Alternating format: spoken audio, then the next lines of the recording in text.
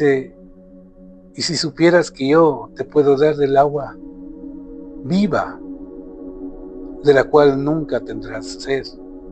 Entonces, imagínense, en Dios está darnos la oportunidad de darnos agua viva en toda situación, en toda circunstancia, ¿sí? Señor, y nosotros sabemos lo que el Señor quiere. Somos amigos de Dios. Hoy la palabra de Dios nos enseña todo eso.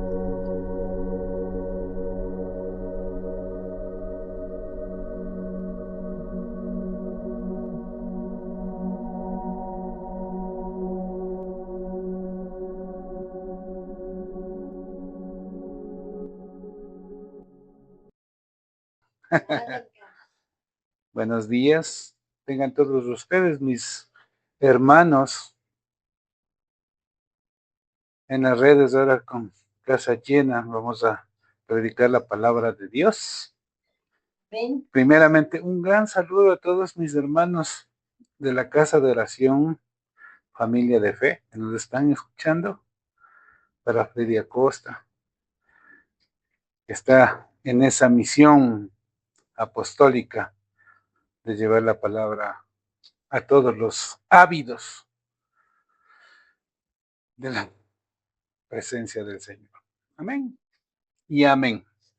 Bueno, la palabra de hoy, como reflejaba la invitación, dice: Dios sueña, conoce y sostiene. El hombre responde, decide, camina.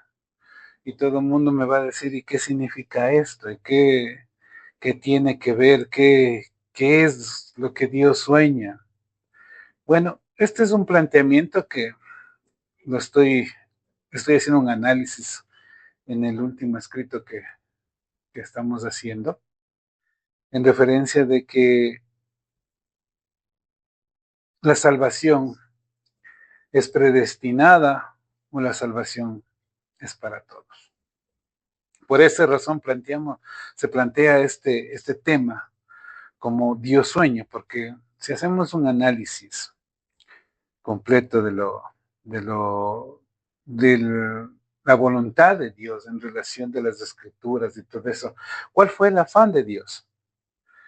Y en cierta manera eso nos pone el preámbulo y el versículo para esta prédica base y que fundamenta todo esto está en Jeremías 29:11. Jeremías 29:11. Como ustedes saben, Jeremías está entre Génesis y Apocalipsis y pueden llegar muy facilito. Amén. La palabra de Dios dice: pues yo sé los planes que tengo para ustedes, dice el Señor, son planes para lo bueno y no para lo malo, para darles un futuro y una esperanza. ¿Qué quiere decir Dios con esto? Y podemos analizar en la manera que planteamos el título, que Dios sueña, conoce y sostiene. Cuando hablamos de que tenemos un Dios amoroso, que inició una creación con tanto amor y que nos dio su imagen, su semejanza en el concepto creador del ser. Porque antes de que el hombre existiera, Dios ya soñó con él. ¿Y por qué? ¿Por qué podríamos decir esto? ¿Por qué Dios ya soñó con el hombre? Ya que como nosotros cuando queremos hacer algo, como el alfarero, planteamos esta similitud. El alfarero ya tiene en su mente la pieza hermosa que quiere hacer, un jarrón, un plato, qué sé yo. Y él ya sabe cómo lo va a hacer, o como un arquitecto, ya está planificando cómo va a ser la construcción de una casa o de una obra civil. Entonces ya lo tiene en su mente. Y Dios, cuando empezó la creación, partamos de esto, de que todo lo que conocemos a nivel del universo es tan perfecto, que en cierta manera,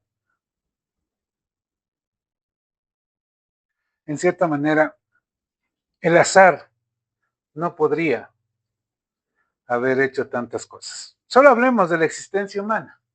Hablemos de este planeta Tierra.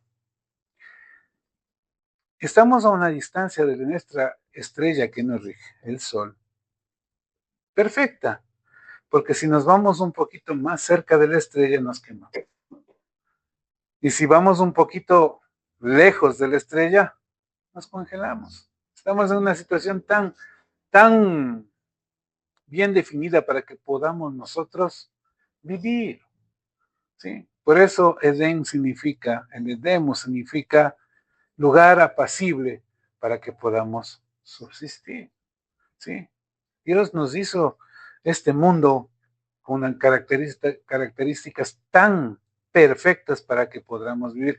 Y cuando analizamos nuestro interior como seres vivos y vemos toda el engranaje que nos hace biológicamente subsistir, ¿sí? Analicemos que por nuestras venas circulan sangre, que tenemos un corazón que está bombeando y que no para de bombear, porque el rato que para de bombear, hasta luego, como se dice vulgarmente, para que llegue el oxígeno a nuestro cerebro y nuestro cerebro comience a enfocar las acciones que tenemos que hacer en relación de nuestra propia subsistencia. Somos seres no automáticos, sino autónomos en el sentido de nuestra biología, pero lamentablemente en el sentido espiritual siempre nos debemos regir a alguien que nos sostenga. Amén. Entonces Dios ya soñó con la creación, soñó con su propósito, con su historia y con su eternidad. Cuando hablamos de que sueña Dios y nos encamina a nosotros, como dice la palabra de Dios, que nos creó a imagen, conforme semejanza, nosotros también soñamos y nos proyectamos en nuestros objetivos para concluir A o B obra que queremos hacer. Amén. El universo no es producto del azar, como les estaba diciendo, no es producto del azar. Y muchos científicos analizando y en relación de la nueva visión, ahora entremos un poquito en contexto de lo que es la física cuántica. Entrando en contexto de la física cuántica, que revoluciona a las leyes que nosotros conocíamos, a las leyes de Newton, como se podría decir, las cuales no tienen un sustento en lo que es la ley cuántica. ¿Y qué significa la física cuántica? En donde nos enfoca a la existencia de la materia no como algo sólido, no como algo tangible, duro, sino que estamos conformados por ondas y frecuencias. ¿Sí? Y es verdad, porque si comenzamos a analizar la esencia de la materia, ¿cuál es la esencia de la materia? El átomo. Y cuando analizamos la composición del átomo, el átomo es una partícula totalmente vacía, porque está en constante movimiento. Si alguien quiere ubicar el punto en donde se encuentra un átomo, ¿dónde se encuentra un átomo? ¿Dónde se encuentra un electrón, una partícula subatómica? No la podremos encontrar jamás por el movimiento que hacen.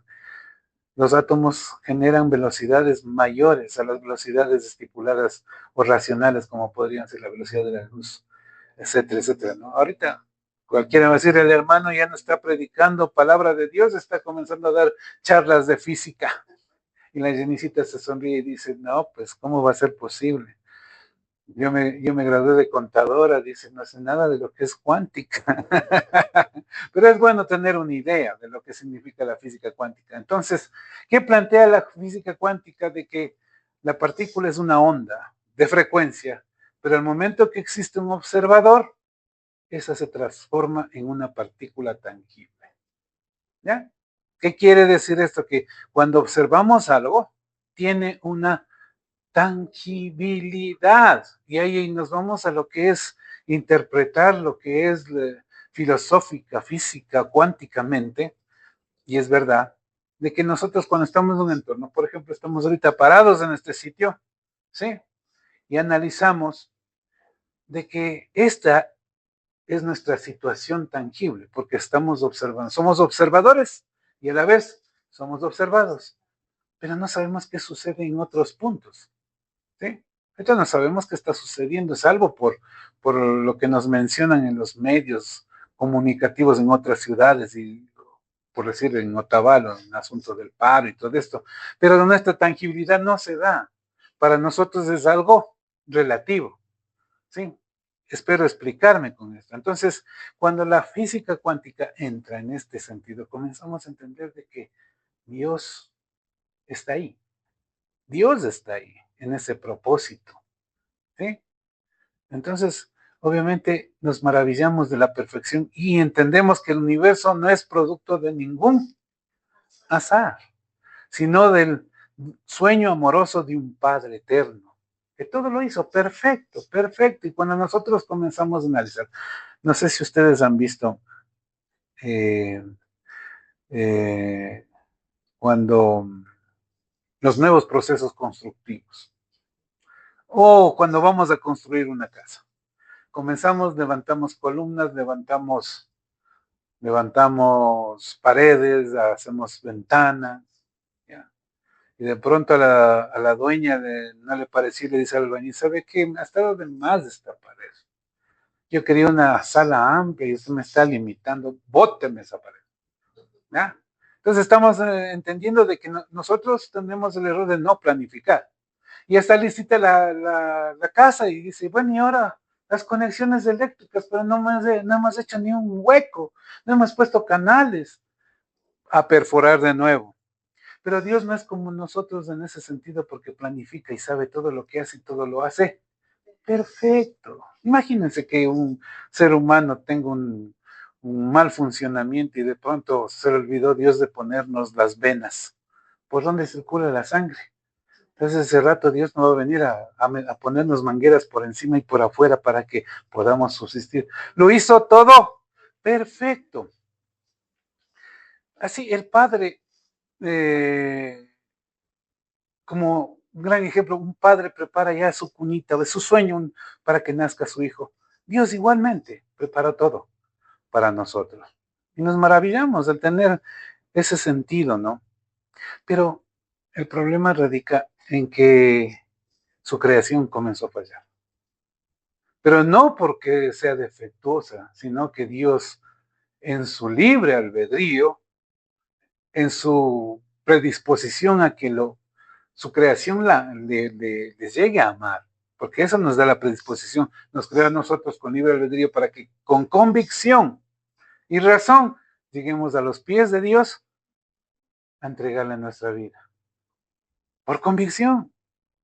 Y la creencia, el cristiano vive por convicción, y la convicción es la fe, porque pues, dice la palabra de Dios que por fe vivimos ante Cristo, ¿sí? Por fe, esa es la convicción. Entonces Dios nos permite ese sentido. Entonces, las fallas que tuvimos dentro de la creación son los seres que Dios creó, que les permitió tener libre albedrío, ¿no? No solo somos nosotros los que tenemos libre albedrío, también lo dio a sus creaciones en el sentido que eran parte, que son parte de él para la construcción del universo, que son los ángeles.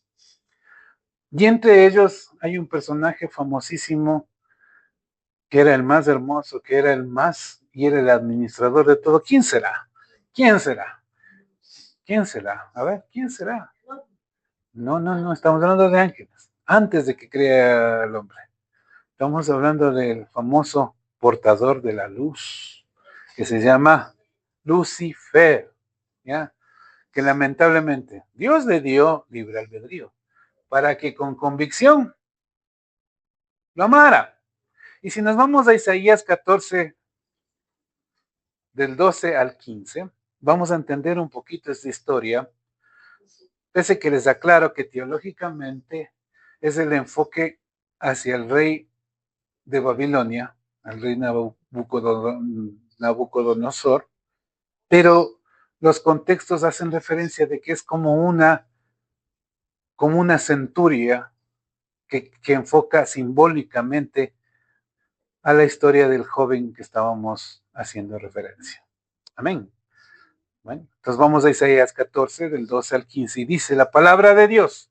Comenzamos con el versículo 12. Dice, ¿cómo has caído del cielo, oh estrella de la mañana, que has sido arrojado a la tierra, tú que destruías a las naciones del mundo? Amén. Primeramente, el rey de Babilonia, y para hacer el sentido poético que Isaías da a este personaje, dice, ¿cómo has caído del cielo, oh lucero de la mañana? ¿Sí? En hebreo, la palabra lucero de la mañana significa Lucifer, ¿sí? Que tiene el significado lucero de la mañana. Y está hablando del ángel de luz que era segundo al mando dentro de toda la creación de Dios. ¿Sí? Entonces, ¿por qué hace la pregunta, ¿cómo has caído del cielo, oh lucero de la mañana? Has sido arrojado a la tierra, tú que destruías a las naciones del mundo. ¿Sí? ¿Y qué hace el joven ahora, supuestamente? Destruir a las naciones del mundo. Vámonos al versículo 13. Pues te decías a ti mismo, y escuchemos aquí, te decías a ti mismo, subiré al cielo para poner mi trono por encima de las estrellas de Dios. Voy a prescindir en el monte de los dioses muy lejos en el norte. ¿Qué quiere decir este punto? Comenzamos a ver que cuando Dios nos dio libre albedrío, o sea, para Dios hubiera sido fácil de coger y decir, bueno, mis creaciones tienen que ser, pero radicalmente dedicarse y amarme. ¿Por qué voy a poner conflicto en mi ser, ya que ellos no tienen convicción de amar? Y ese es el gran problema. Y cuando estamos dirigiendo una iglesia, cuando estamos comenzando a crear un ministerio, viene el dolor en el corazón de que a todos los que llamamos a que vengan a conocer el camino, la verdad, de pronto nos defraudan en el sentido de que no tienen ese interés pese a su libre albedrío y pese a lo que Dios hace en nuestras vidas, no reconocemos. Entonces, Lucifer fue la mano derecha de Dios y no reconoció el alto rango que le dio Dios en el sentido de su creación. Y más bien comenzó a sentir envidia, celos del mismo Dios, porque veía a los demás ángeles que le rendían pleitesía. Y cuando hacemos un análisis de nuestros padres como hijos, ¿sí? Nosotros hacemos referencia a ellos.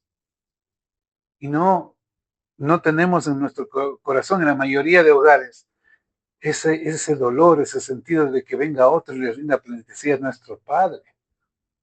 ¿Sí? Porque es nuestro Padre. Y Lucifer comenzó a corromper su corazón. Versículo 14. Y dijo, escalaré hasta los cielos más altos y seré como el Altísimo. Él tomó la decisión de ser más que Dios, ponerse al nivel de Dios. Él no le importó que fue una creación. Él fue creado, gracias a Dios, tuvo la aspiración de ver este mundo, de existir. ¿Sí? Y eso hacíamos un análisis teológico muchas veces en estudios que el mayor castigo que nos pueden dar a nosotros es quitarnos la existencia, no ser nada, ser cero. Amén. Versículo 15. En cambio serás bajado al lugar de los muertos, a las profundidades más hondas. ¿Sí? Eso es lo que le pasó a este joven. En Ezequiel 28, del 3 al 18, nos da una referencia. Muchos teólogos dicen que este mensaje fue dirigido al rey de Tiro, pero el rey de Tiro, haciendo un análisis, no tiene nada que ver con el jardín del Edén. ¿Sí? Y en estos versículos dice, les leo, estabas en el Edén. El rey de Tiro jamás estuvo en el Edén, por eso se le enfoca de que está hablando del maligno. Estabas en el Edén, el jardín de Dios. Tenías la ropa adornada con toda clase de piedras preciosas, cornalina, rojiza, peridoto, verde, pálido, adularia blanca, berilio azul y verde, onice, jaspe, verde, lazuli, turquesa y esmeralda, todas talladas especialmente para ti e incrustadas en el oro más puro. Te las dieron el día en que fuiste creado. Yo te ordené y te ungí como poderoso ángel guardián. Tenías acceso al monte santo de Dios y caminabas entre las piedras del fuego. Eras intachable en todo lo que hacías, desde el día en que fuiste creado hasta el día en que se encontró maldad en ti. Tu abundante comercio te llevó a la violencia y pecaste. Entonces te expulsé en deshonra de la montaña de Dios. Te eché, guardián poderoso, del lugar que tenías entre las piedras de fuego. Tu corazón se llenó de orgullo debido a tu gran belleza. Tu sabiduría se corrompió a causa de tu amor por el esplendor.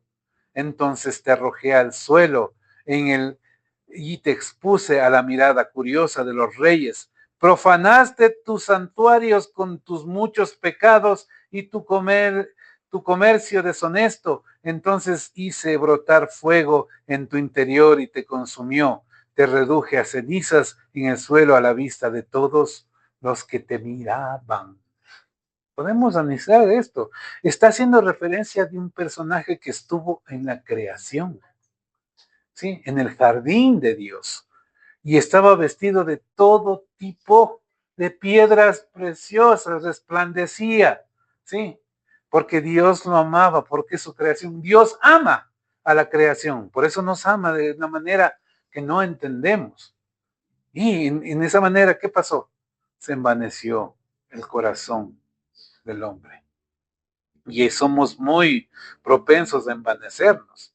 Amén.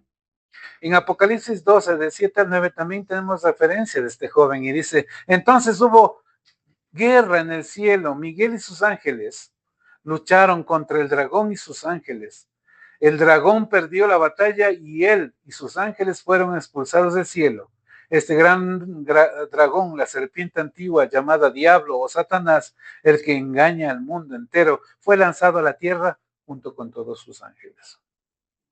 Y aquí, que lamentablemente fue lanzado a este lugar donde estaba creándose la otra creación de Dios. Pero Dios no es porque se equivoca. Entonces, Él está hablando de que Dios comenzó a crear su segunda creación. Primeramente partamos de que Él al crear los ángeles no les dio ese don tan hermoso como es la semejanza y la similitud a Dios. Nos hizo como Él, con tanto amor que nos hizo. Pero lamentablemente aquí tenemos algo que nos marca, tanto a los ángeles caídos como a los seres humanos, que dice, por la altivez y el orgullo. Por la altivez y el orgullo. ¿Qué es la altivez? Vámonos a Mateo 5:3. ¿Sí? ¿Qué dice la palabra de Dios? Y si nos puede ayudar la Yenisita, sería fantástico.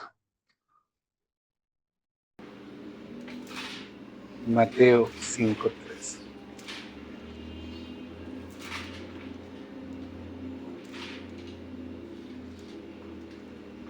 Versículo 3. A ver, Bienaventurados los pobres de espíritu, porque de Dios de es ellos. el reino de los cielos. Amén. Bienaventurados los pobres en espíritu, porque de ellos es el reino de los cielos. ¿Quién es el pobre de espíritu? ¿Ya?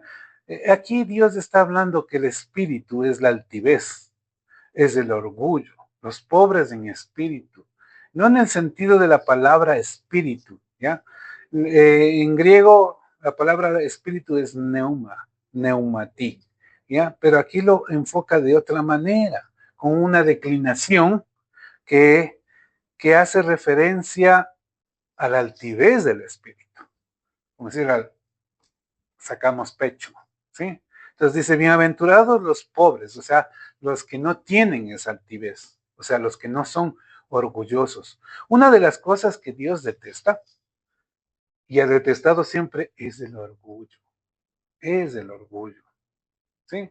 El orgullo es lo que motivó a la caída del hombre, pero me van a decir, ¿pero cómo? Si el pecado original es la desobediencia. ¿Pero por qué viene la desobediencia? La desobediencia es consecuencia de algo, ¿ya? La desobediencia viene de consecuencia de el orgullo, de la altivez.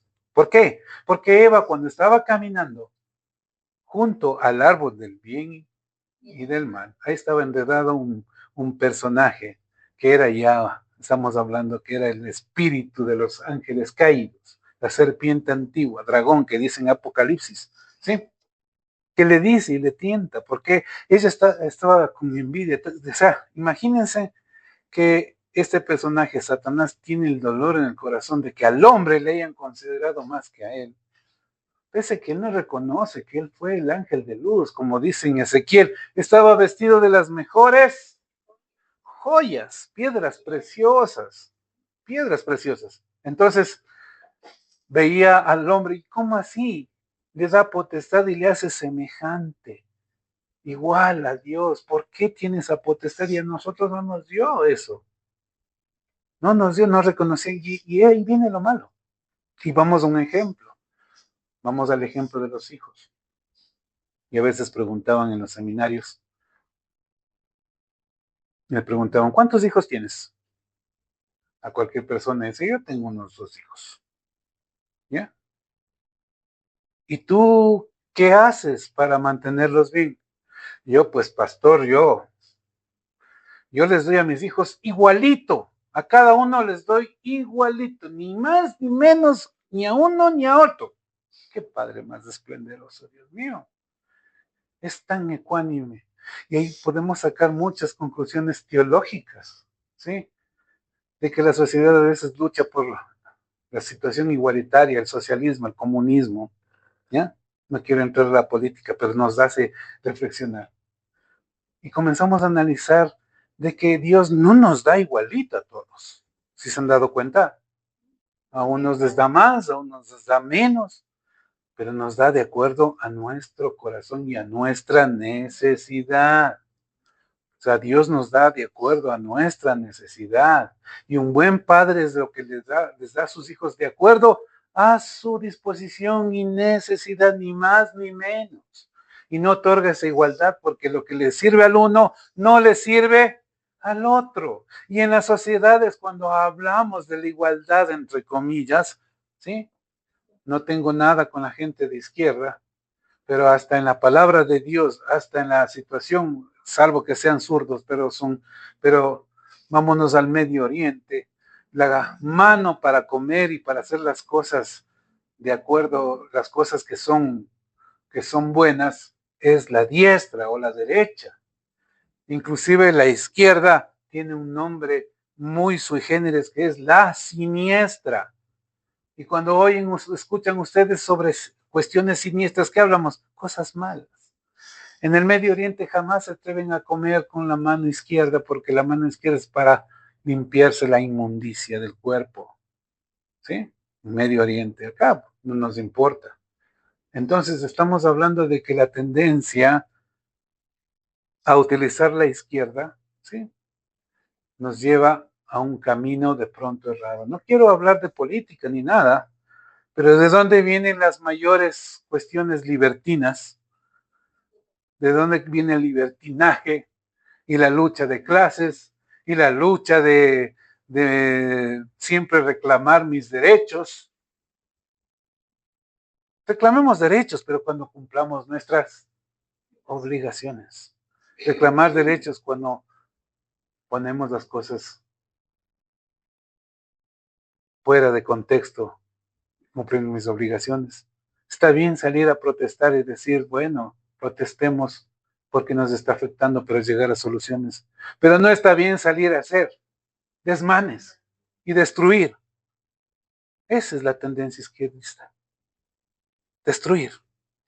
Perdón por haberme salido del tema. pero es necesario invocar. Entonces Dios no nos da en igualdad y nos da en relación de lo que necesitamos. Un ejemplo, si yo soy calvo y mi hermano es pelón, o mejor dicho, cabellón, ¿ya?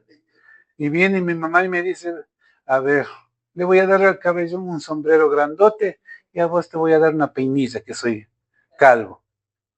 O sea, estaría dándome igual, o sea, me estaría dando como debería ser. No, pues, mi necesidad no es una peinilla, mi necesidad es un sombrero para no quemarme la calva, ¿no? Y la peinilla era para el que tenía cabello. Entonces, eso es lo que hace Dios. Amén. ¿Estamos hasta ahí? Ya. Entonces, nuestra existencia no tiene un azar. Seguimos ahí, somos predestinados por parte de Dios. Y ahí viene el problema. Y ahí radica el problema de lo que hablamos en relación de este tema, de que Dios sueña. Amén. Dios está soñando. Y no leímos la otra parte de lo que dice el título de esta prédica, ¿sí? Que dice, Dios sueña, conoce y sostiene. Y estamos hablando de lo que Dios está haciendo, ¿verdad? Sueña, conoce y sostiene. ¿Por qué sueña? ¿Por qué conoce? ¿Por qué sostiene? Y hemos hablado en relación de las situaciones y por qué caímos nosotros. Y no es porque se le descontroló a Dios, ya estaba todo previsto y planificado. Y ahí viene nuestra acción, dice, el hombre responde, decide y camina. Y cuando hablamos que el hombre responde, Dios nos amó tanto que nos dio la libertad de escoger. Por eso el hombre responde en relación de eso. Si somos reconocidos en relación de lo que Dios hace, si llegamos a conocer, el día jueves tuvimos una charla en referencia de estos temas, en referencia de la actitud del hombre en relación de Dios. Y hacíamos referencia a lo que dice la palabra de Dios, de que uno de los mandamientos principales es amar a Dios sobre todas las cosas y al prójimo como a nosotros mismos, ¿ya? Pero el hombre responde en sentido de a quien conoce. Lamentablemente por las circunstancias, por la sociedad, por la cultura, por las circunstancias, por el hedonismo mismo del hombre. ¿Qué es el hedonismo? Es darle realce a la satisfacción de uno, a mi propia satisfacción. Y como dicen, yo tengo derecho a mi felicidad, pero la felicidad no significa satisfacerme emocionalmente. La felicidad es una decisión en relación de hacer las cosas bien, de lo que quiero hacer en mi vida. Y ningún factor externo me tiene que afectar a lo que yo decida. Porque muchos ponemos factores externos. Y le veo a una persona llorando como niño. ¿Qué te pasa? Lo que pasa es que ya no soy feliz en este mundo. ¿Por qué? Porque no tengo dinero. No tengo trabajo, no tengo dinero, no tengo esto. O sea, son factores fundamentales para que te hagan ser feliz. Son necesidades, amén, como tú dices, son necesidades, pero no implican el factor de felicidad, porque la felicidad es decidir ser feliz. Cuando mi hija estaba en plena agonía, ella se deshizo de todo. Y le preguntaba, mi amor,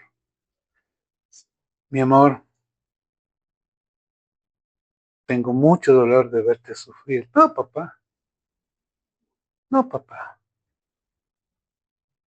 Porque así esté sufriendo con dolores y todo. Soy feliz.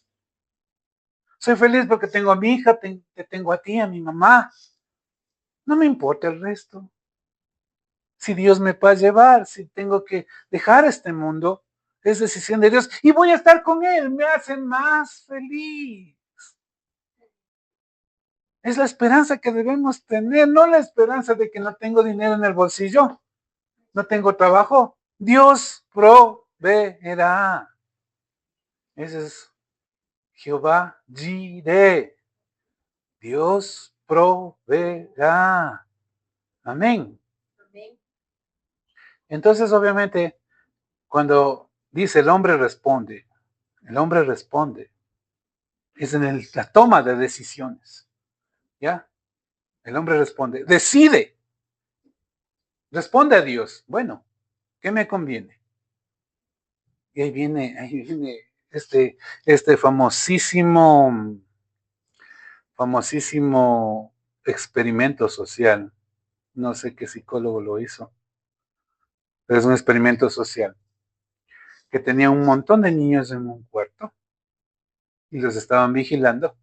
Y entra un moderador y dice, a ver, ¿quién quiere más melos? Todos, ya, ¿cómo son los niños? ¿Cómo son los niños? Ya, chévere. Saca dos más melos y les da a cada uno. Dos. Y se queda con la funda llenita de más melos. Y les dice, a ver, ustedes tienen la elección de coger y comerse el más melo. ¿Sí? Pues pueden comerse el más melo. Se los obsequiamos. Y para eso es. No hay ningún problema. Pero tomen en cuenta, del que hace el esfuerzo y no se come los dos más melos, puede tener alguna recompensa. Yo no sé cuál será, pero puede tener. Depende de ustedes, a los niños. Eran niños de 4 o 5 años. ¿Ya? Entonces se quedan pensando, ¿no? Chusa. Bueno, les dejó una hora. Y cada uno iba viendo el más malo. Tenemos que comerlo. Adentro. Y solo uno soportó. Y dijo, puede haber un premio. Llega el moderador, abre la puerta del... ¿Qué pasó? ¿Se comieron el marshmallow? Sí, nos comimos. No hay problema, vayan muchachos, salgan. ¿Quién no se comió? Le muestra al niño que tenía los dos marshmallows. ¿Ya? Los dos marshmallows. Y llega y dice, ¿por qué no te comiste los dos marshmallows? Si yo te dije que te podías comer. Porque tú dijiste que de pronto el que no se come va a ser gratificado. Y cogió el resto de la funda de marshmallows. Toma. Amén. Así es Dios con nosotros, tanto nos ama, que dice, pórtate de acuerdo a lo que te estoy diciendo y serás gratificado. Pero eso no entendemos y cuando dice el hombre responde y decide y camina, es cuando toma la decisión. Entonces ahí está en nosotros ser gratificados o no. Pero como somos emocionales, hedonistas, tomamos el camino más bonito entre sí o entre no. Cuando un varón dice, bueno, yo soy hombre, tengo que ser respetado en el derecho, mi mujer está en la casita, es mi mujer, pero de pronto por acá una muchacha que me guiñe los ojos, un ratito no está mal, yo no voy a enamorarme, no le voy a dar mi vida es para mi mujer, pero un ratito, pero ¿qué hizo? No hablemos de pecado porque es un poco religioso. Estamos hablando de que tomó malas decisiones que a la postre van a afectar su vida. Es como el que se comió todo el masmelo, le vio al otro niño que estaba comiéndose más masmelos en gratificación. Y qué mejor el hombre que soportó y decidió estar con su esposa y vivir hasta cuando sean viejitos, va a ser ratificado con felicidad, con bendiciones, tanto en su hogar, con sus hijos, nietos, etcétera, etcétera, etcétera, etcétera. Y muchas circunstancias de ese tipo. Entonces el hombre responde, decide y camina. Entonces, en tal razón, ahí convienen famosos filósofos que nos dicen los filósofos. ¿Qué nos dicen los filósofos? Tenemos a Lutero, Calvino y Arminio. Viene un Lutero que dice que la palabra de Dios tiene que ser difundida a todos porque todos tienen el derecho de ser salvos. Pero viene un joven Calvino que dice, no, Dios es soberano y Él tiene predestinado a las personas que van a ser salvas. Y ahí quiero hacer un énfasis de el error que lo toma mucha gente al calvinismo, tomándole solo para su lado, en donde hacen referencia de que, pues si tú eres hijo de Diosito, tú aceptaste de Dios, tú eres un cristiano bueno. El cristiano bueno tiene dinero, tiene buena salud, no tiene problemas, pasa la vida lindo. ¡Mentira! El Señor mismo dijo, en el mundo tendrás aflicciones, pero yo he vencido al mundo y tú conmigo. Es la gran promesa. ¿Qué quiere decir con esto? Que somos sujetos a prueba. Somos sujetos a seguir construyendo nuestra vía. Y en ese sentido es la toma de decisiones de nuestra felicidad.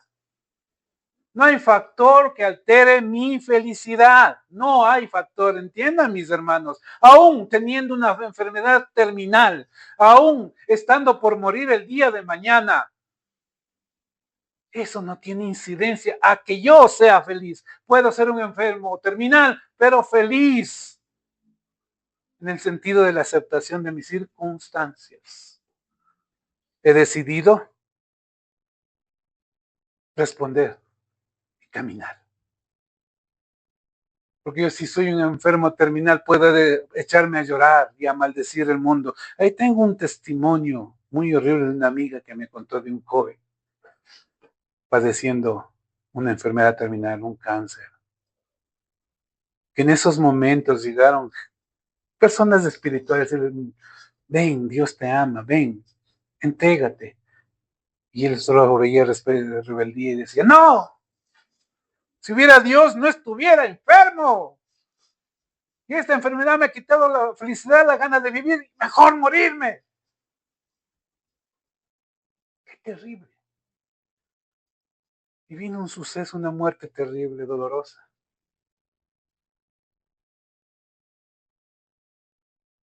Hasta en todo está la decisión de uno, de responder lo que somos. ¿Qué me dice amén? Entonces vamos entendiendo esta situación. Entonces Calvino quiso enfocar de que Dios es soberano en el sentido de que escoge nuestra vida. Él ya sabe lo que nos va a pasar escogiendo A o B camino. Y Él está esperando que escojamos el camino correcto. Nos dio el libre albedrío. Y lo confirmó otro teólogo que se llamaba Arminio, que dijo que Dios es soberano. Pero Él nos llama cada rato a decir, mira, mírame.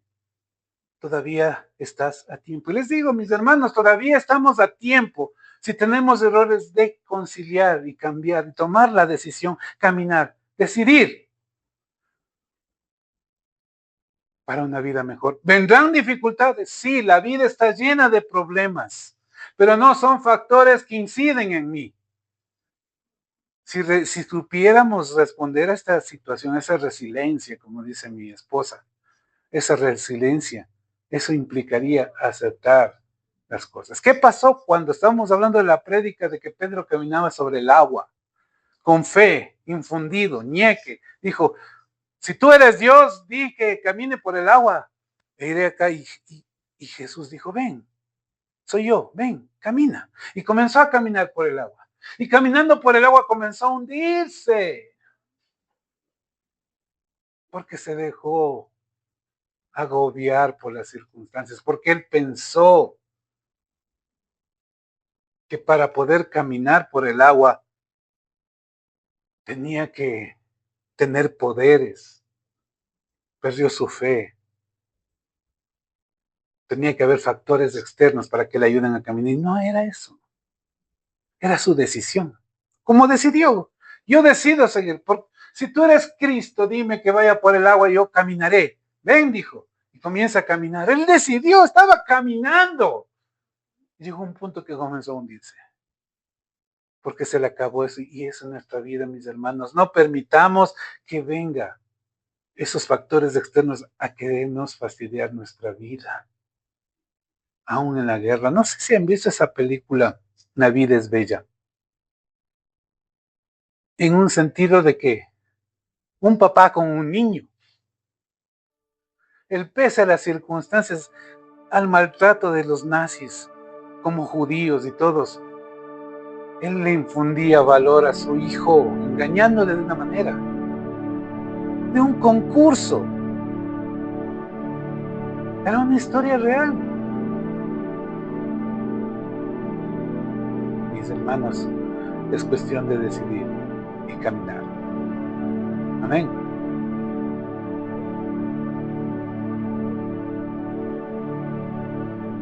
¿Qué hizo el salmista David en Salmo 139 del 1 al 4? Y él comenzó a decir en su salmo, yo tengo en la esta versión de HTI, que dice, tú sabes si me siento o me levanto. Tú desde lejos conoces mis pensamientos. Amén. Vamos bien, ¿no? Distingue si camino o reposo. Todas mis sendas te son familiares. No está aún la palabra en mi lengua. Y tú, Señor, ya conoces. Bien. Él nos conoce totalmente.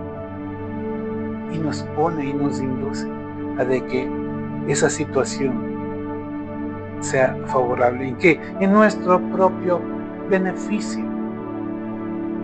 Si nosotros somos salvos, ¿en qué le beneficia a Dios?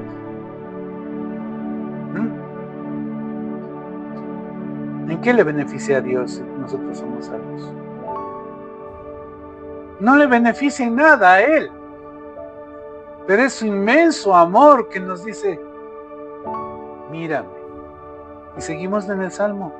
El Señor no solo sueña, sino que conoce esa realidad, lo que sucederá como el alfarero, de que tiene en su pensamiento de esa pieza modular. Amén. Y el alfarero nos pasa por el fuego. Y ahí vienen las tribulaciones, el fuego, la tribulación, el sufrimiento, nos van dando esa pureza, esa riqueza, que en relación de Dios es lo que más le agrada a Él. Por eso vamos de gloria en gloria, de gloria en gloria.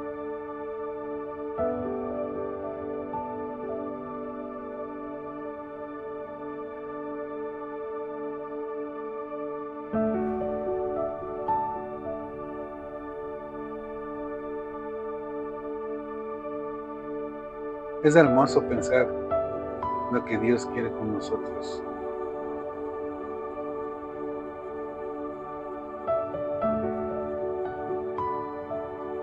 Lo que quiere hacer el Señor con nosotros. Y nos enseña el camino a tomar decisiones correctas.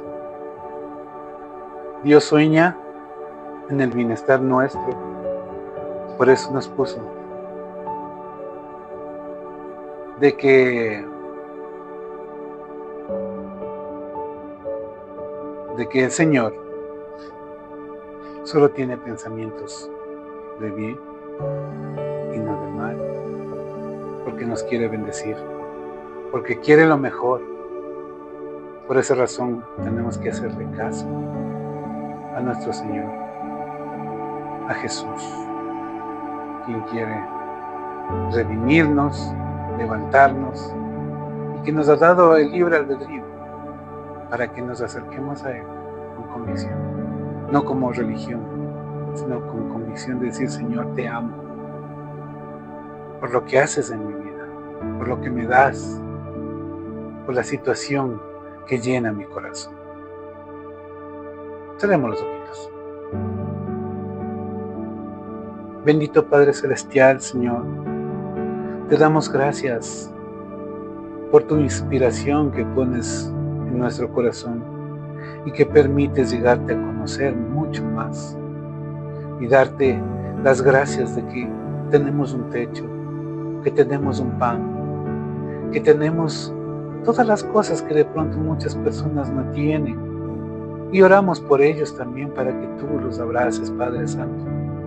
Pero lo mejor es todo lo que has hecho por nosotros, Señor Dios. ¿Cómo no agradecerte? ¿Cómo no bendecirte, Señor? Y clamar a ti, Señor, que todas las personas que de pronto no tienen la convicción que tú estás poniendo en nuestro corazón, tú lo hagas con ellos. Acércate a esas personas que están ya terminando su ciclo con alguna enfermedad terminal. Dales ese esa aceptación, Señor Padre Santo, para que se vayan de este mundo en paz, sin sufrimiento, sin dolor, tomando una decisión de ser felices contigo, Señor Dios. Y si puedes hacer un milagro, amén. Gracias, Señor, por tu preciosa voluntad. Gracias por todo lo que haces. Bendice a nuestras familias, bendice a nuestros amigos, bendice a todas las personas que nos ven en las redes, Señor Padre Santo. Pon ese querer, ese sentir, Señor, y esa decisión, Padre Santo, de que ningún factor externo fuera de ti, Señor Dios, afecte su vida, más que siempre tu voluntad, tu presencia, tu abrazo, tu amor, sí nos afecte, Señor Dios, en el sentido de nuestro bienestar. Como dice tu palabra, que siempre tienes pensamientos de bien y no de mal, Señor Dios. Te damos gracias, te bendecimos, nos rendimos a ti, Señor. Gracias, Papito Dios, por ser bueno con nosotros. Y te damos gracias. Y toda la honra y toda la gloria para ti, en nombre de Cristo Jesús. Amén y amén.